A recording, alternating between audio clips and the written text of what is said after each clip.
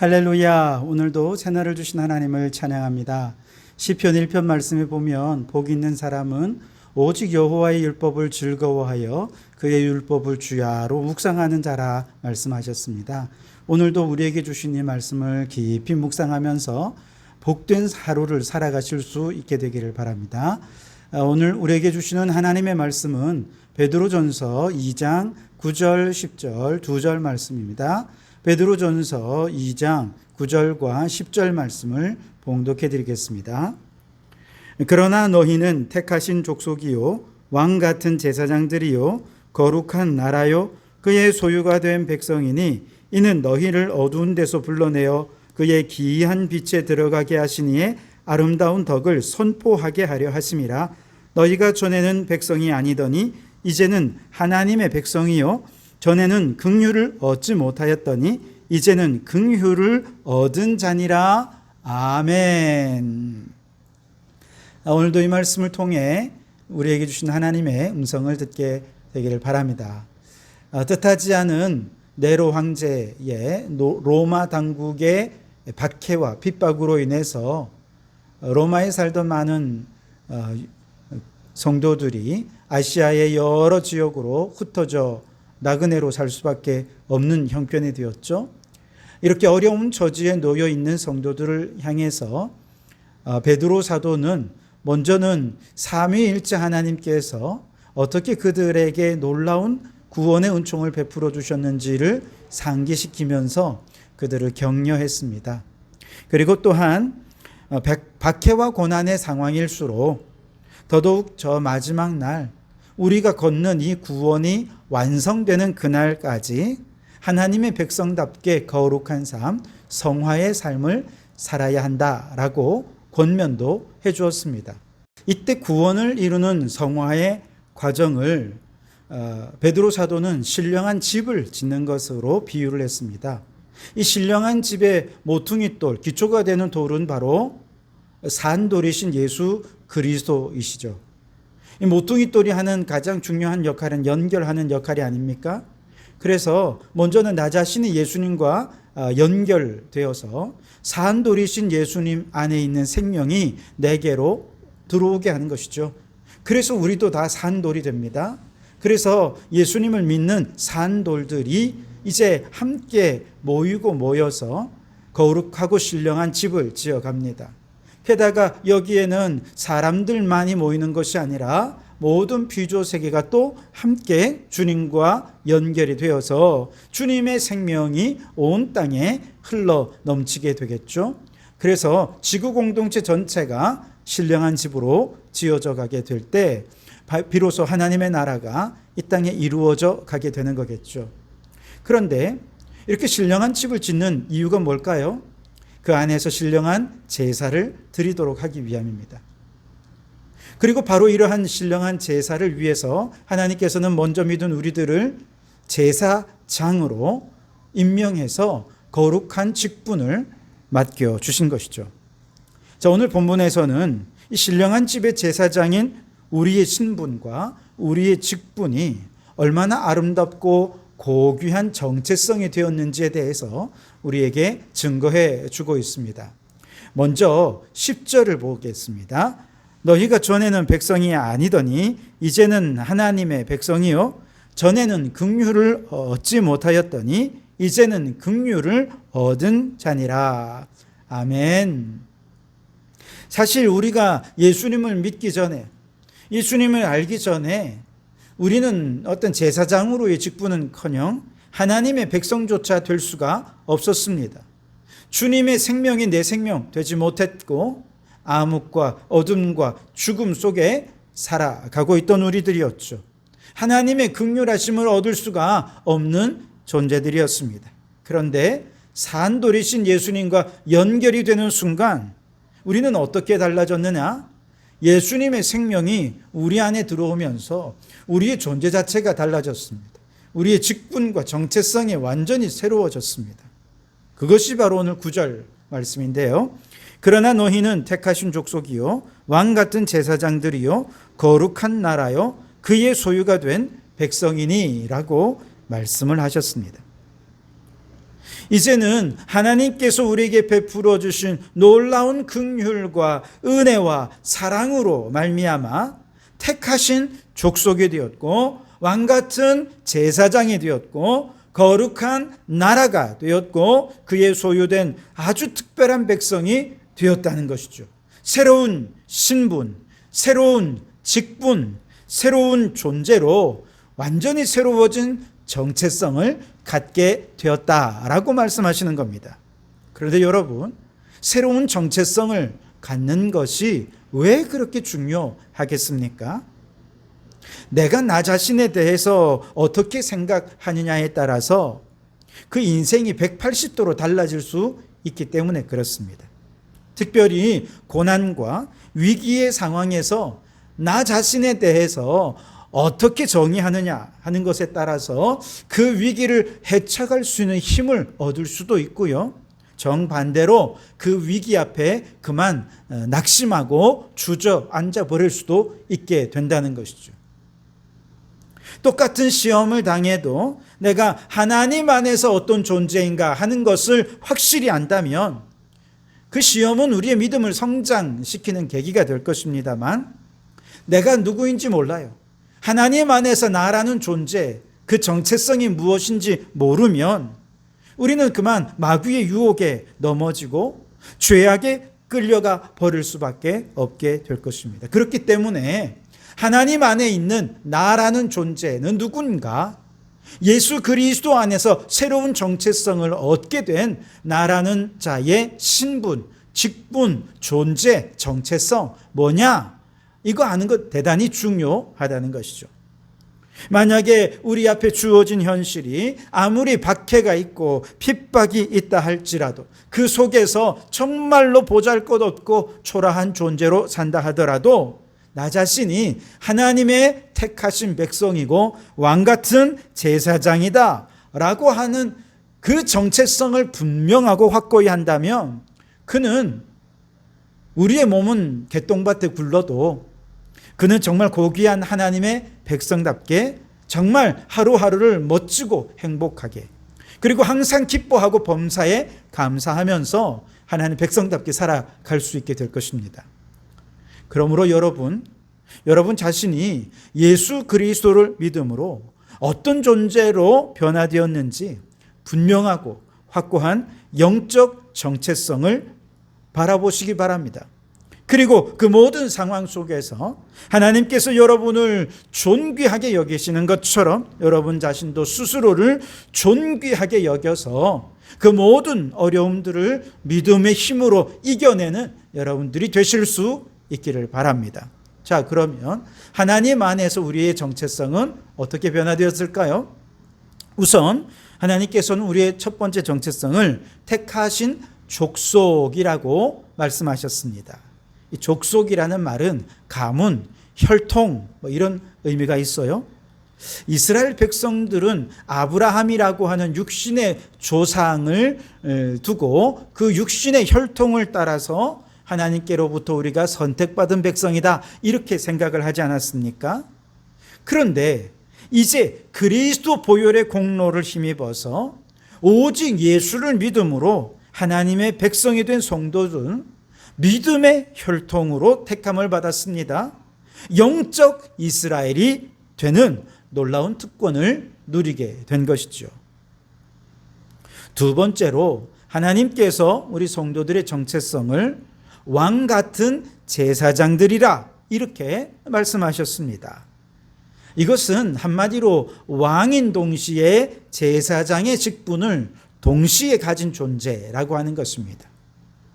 여러분이 왕과 제사장이라고 하는 두 직분을 동시에 가진 것은요, 역사상 아무도 없습니다. 다윗도 그냥 왕이었죠. 제사장의 직분은 갖지 못했습니다. 사울 왕이 이 두 가지 직분을 동시에 가지려고 욕심을 내다가 하나님이 그를 버리고 말지 않았습니까? 이처럼 아무나 가질 수 없는 이 특별한 두 직분을 동시에 가지는 것은 성경에 보면 딱 한 사람 있어요. 아브라함 시대에 살렘 왕 멜기세덱이 왕이기도 하고 대제사장이기도 한 이 두 직분을 동시에 가진 유일한 사람이었습니다. 그리고 이 멜기세덱의 반차를 따라 나신 예수 그리스도가 왕과 제사장의 직분을 동시에 수행하신 유일한 분이시기도 하죠. 그런데 이 놀라운 특별한 직분을 오늘 믿는 우리 성도들에게 다 주셨다는 것입니다.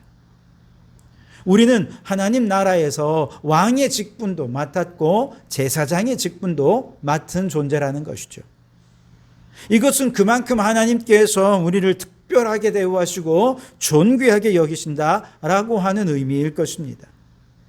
그래서 신약의 모든 성도들은 구약의 제사장이나 왕조차도 누리지 못했던 왕과 제사장의 지위를 동시에 가지는 영광스러운 존재다라고 하는 것을 깨닫고 스스로를 존귀히 여기고 우리를 존귀하게 세워주신 하나님께 더 충성하는 성도들이 되실 수 있기를 바랍니다. 세 번째로 하나님께서 우리 성도들의 정체성을 어떻게 말씀하셨느냐? 거룩한 나라다. 그렇게 말씀을 하셨습니다. 거룩한 나라라고 하는 이 말의 뜻은 하나님을 섬기기 위해 구별된 백성 이스라엘이라고 하는 의미가 있습니다. 바로 이 표현이 오늘 우리 믿음의 사람들에게 그대로 쓰여진 것이죠. 다시 말해서 오늘날 우리 성도들 또한 이스라엘 백성들이 구별되고 정결한 백성으로 살아야 했던 것처럼 오늘 우리 성도들도 이 땅 가운데에서 구별된 거룩한 삶을 살아야 한다라고 하는 것을 얘기해 주는 것입니다. 그렇다고 해서 세상과 아예 담을 쌓으라는 말씀은 아닙니다.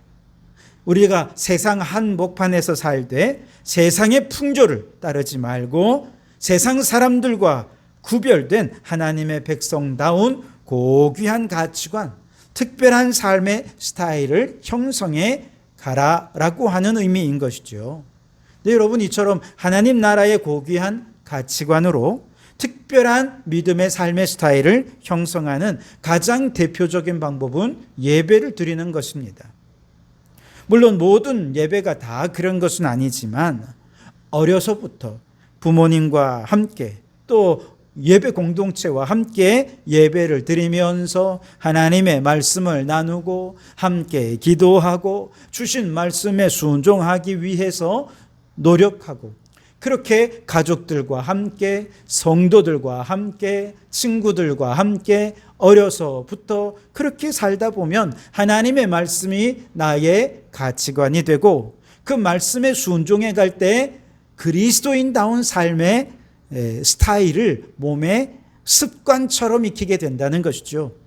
그렇게 몸에 익혀진 거룩한 습관이 곧 그의 정체성이 되고 바로 그 정체성, 하나님 안에 하나님 나라 백성의 정체성을 가지고 거룩한 백성으로서의 정체성을 가지고 세상에 살아갈 때 세상 속에 선한 영향력을 끼치는 자가 될 수 있는 것이죠. 또한 그의 소유가 된 백성이라고 우리의 정체성을 말씀해 주셨습니다. 자, 하나님의 소유라고 하는 말은 하나님께서 이제 그의 삶을 책임져 주신다라는 의미입니다. 마귀의 노예가 되었던 우리를 하나님의 소유로 삼으시기 위해 하나님께서 행한 일은 너무나도 놀라운 일이죠. 독생하신 예수 그리스도를 이 땅에 보내어 주시고 십자가에서 물과 피를 다 쏟으시며 죽으셔야 했습니다. 그 예수님의 핏값으로 속량하여 주셔서 우리를 하나님의 소유로 삼아 주신 것이죠. 바로 그때부터 하나님께서는 우리 인생을 모든 환난에서 건져주시고 심판의 날까지 보호해 주시겠다 약속해 주셨습니다. 그러니 우리가 하나님의 소유가 되었다는 사실은 얼마나 안심이 되고 얼마나 든든하고 얼마나 감사한 일인지 모릅니다. 그런데 여러분, 하나님께서는 왜 우리를 택하신 족속이요 왕같은 제사장이요 거룩한 나라요 그의 소유가 된 백성으로 우리의 정체성을 변화시켜 주신 이유, 목적은 무엇일까요? 9절 하반절을 보시면 이는 너희를 어두운 데서 불러내어 그의 기이한 빛에 들어가게 하시니에 아름다운 덕을 선포하게 하려 하심이라 아멘. 다시 말해서 이제 예수 그리스도 안에서 새로운 정체성에 걸맞는 새로운 가치관과 새로운 삶의 스타일을 습관적으로 형성한 성도들이 우리의 말과 삶을 통해서 이 세상 속에 예수 그리스도의 놀라운 구원의 은총을 또 복음을 증거하게 하는, 이것이 하나님께서 우리에게 새로운 정체성을 허락하신 이유고 목적이라는 것이죠. 과거에 하나님께서는 이스라엘 백성들을 택하셔서 제사장 나라의 사명을 맡기지 않으셨습니까? 그런데 바로 이들이 세상 가운데, 이방 민족 가운데 하나님이 온 세상의 창조주고 죄인들을 구원하실 구원자이시다 라고 하면서 이방 민족들을 하나님께로 불러 모으도록 하는 제사장 나라의 사명을 가졌음에도 불구하고 오히려 이스라엘 백성들은 선민의식에 빠져서 이방 민족들을 아예 배타시하는 거예요. 영적 우월주의와 교만함에 빠져서 우리만 구원받기로 그렇게 생각을 한 것이죠. 그런데 여러분, 이제 영적 이스라엘로 우리를 택하신 이유는, 그리고 우리에게 제사장으로서의 권세를 부여하신 이유는 똑같은 잘못을 범하지 말라는 것입니다. 이제 교만하지 말고 선민의식에 사로잡히지 말고 겸손히 우리를 택하신 하나님의 뜻과 명령을 수행하면서 세상 한복판으로 들어가라는 것이죠. 세상과 담쌓지 말고 세상 속에 깊이 들어가서 우리의 말과 우리의 행실로 예수 그리스도를 통한 하나님의 구원의 계획을 증거하고 예수님의 복음을 선포해서 이 땅 가운데 하나님의 나라를 이루는 사명을 감당하기 위해 최선을 다하라고 우리를 영적 이스라엘로 불러주신 줄 믿습니다. 여러분, 우리가 지어야 할 집, 이 신령한 집은 이 땅의 모든 불신자들을 예수님과 연결시켜 그들도 예수의 생명으로 가득 차게 하는 것입니다. 이 땅의 모든 탄식하는 피조물들도 구원하여 예수 생명이 그들에게 들어가서 예수님의 생명이 온 땅 가운데 물이 바다를 덮음같이 가득하게 되고 하나님의 통치, 하나님의 나라가 온 땅에 이루어지게 되는 것, 이것이 바로 신령한 집이 지어지는 과정인 것이죠. 바라기는 오늘 우리 모든 성도들이 이 신령한 집의 제사장이 되어서 온 땅의 백성들과 함께 살아계신 하나님을 찬양하고 예배하는 거룩한 역사들이 나타날 수 있기를 주님의 이름으로 축원합니다. 기도하겠습니다. 하나님 아버지, 감사합니다. 아무리 환난과 핍박과 고난이 있어도 우리를 하나님의 택하신 백성이요, 왕같은 제사장이요, 거룩한 족속으로 우리를 특별한 하나님의 정체성 위에 세워주시니 참으로 감사합니다. 이와 같은 새로운 정체성이 확고하고 분명하면 모든 박해를 이기고 더 나아가서 온 땅에 하나님의 나라가 세워지는 신령한 집을 지을 수 있게 되어질 줄 믿습니다. 오 주님, 비록 지금은 소수의 그리스도인이 모여 하나님을 예배하지만 마지막 주님 오시는 그날까지 온 땅의 모든 백성들에게 이 복음을 선포하고 증거해서 이 땅이 신령한 집으로 지어지게 하시고 모든 백성들과 함께 하나님을 예배하고 찬양하는 놀라운 축복이 있도록 우리를 들어 사용하여 주시옵소서. 예수님 이름으로 기도하옵나이다. 아멘.